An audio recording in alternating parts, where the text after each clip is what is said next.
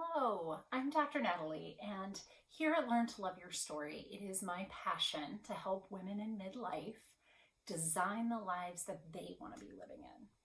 No more getting to the point of midlife and realizing, oh my gosh, I've just only been doing one thing after another that was asked of me. I was the good girl, I did what I was supposed to do, and yet even though I've ticked off all these boxes, I still just don't feel like I like my life. So Learn to Love Your Story is going to teach you how to love your life. And I have this meditation kit in a bag just for you. So you have gotten one of my little freebies. And today I'm just going to walk you through what's in this bag and why would I use it, okay? So for starters, I always have a meditation tray that I stick underneath a couple chairs actually in my house, one upstairs, one downstairs. But I think that there's something very powerful about having it pre-made, pre-ready, easy to get out, easy to make yourself do. And so mine usually has a candle on it and a dish. And then of course, we've got our handy journal because it's a good idea afterwards to do a little bit of reflection, see what came to mind over time.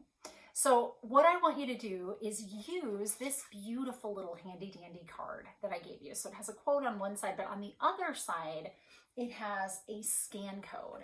So if you take your phone, which I'm going to do in vivo while I'm talking to you, take that code and you go to where it takes you to, you will have a nice already pre-recorded guided meditation by me. So you just hit play. See if it goes. There we go. Hi everybody, my name is Dr. Natalie Marr, and I am here to help you learn to love your story. And then I'll go into a guided meditation for you. So that's how you get yourself all keyed up with the guided meditation. But what's all in this little handy dandy bag that I gave you? Okay, so I expected that most people wouldn't just have a little meditation tray going on, so I tried to do my best to give you all the parts that you would need for a meditation. So to start with is this little tin, and I would just pull it off, and on the side of it that is a little bit shallow, that is where I would put the candle, because what you're going to do is you're going to take some sage and you're going to pour it in that deeper well, and I think just for, fire hazard reasons, I was thinking the deeper part might be nicer for burning the sage. Usually I do this on the dish here, but for today, I'm going to do it just like I set it up for you.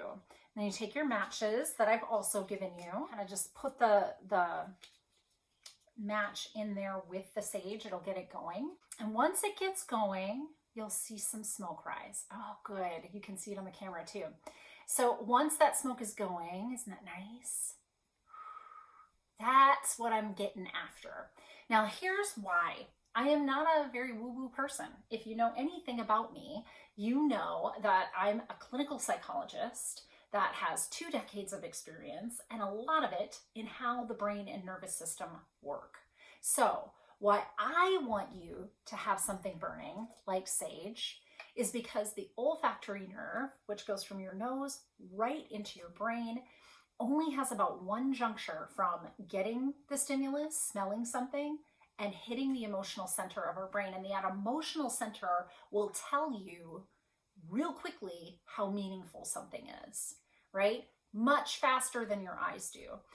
I can see something, but it has to go to my occipital lobe, and after it hits there, it kind of goes across the brain into different areas to tell me what that thing is that I'm looking at. Oh, it's sage and it's burning.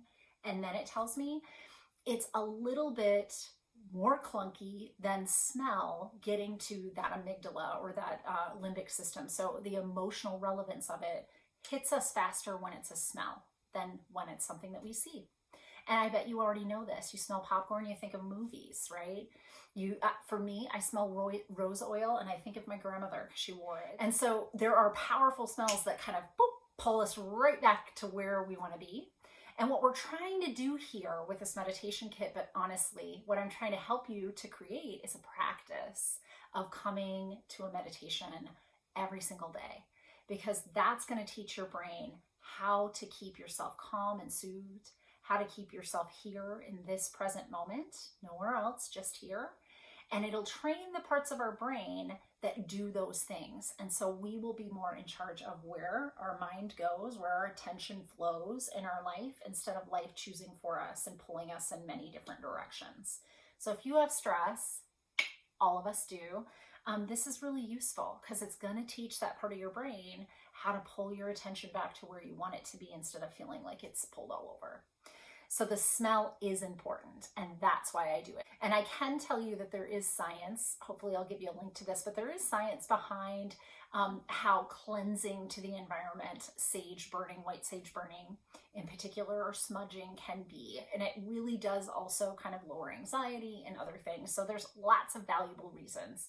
And I like to have a candle because it's sometimes nice to focus on a candle as you're doing meditation if you don't want to, if you don't want to only be listening to the meditation itself. Sometimes we close our eyes, listen to the guided meditation. For some of us, having our eyes open is important.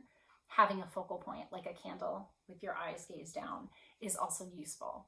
So hopefully this is helpful to you, and this helps you to start to create your own practice of meditation across time. This little freebie is here for you. You've gotten it on your card, but if you go to learntoloveyourstory.com and scroll down, midway through the website, I have actually 4 free guided meditations there for you to use. Have a great rest of your day, and I really hope that you keep following me so that you too can learn to love your story.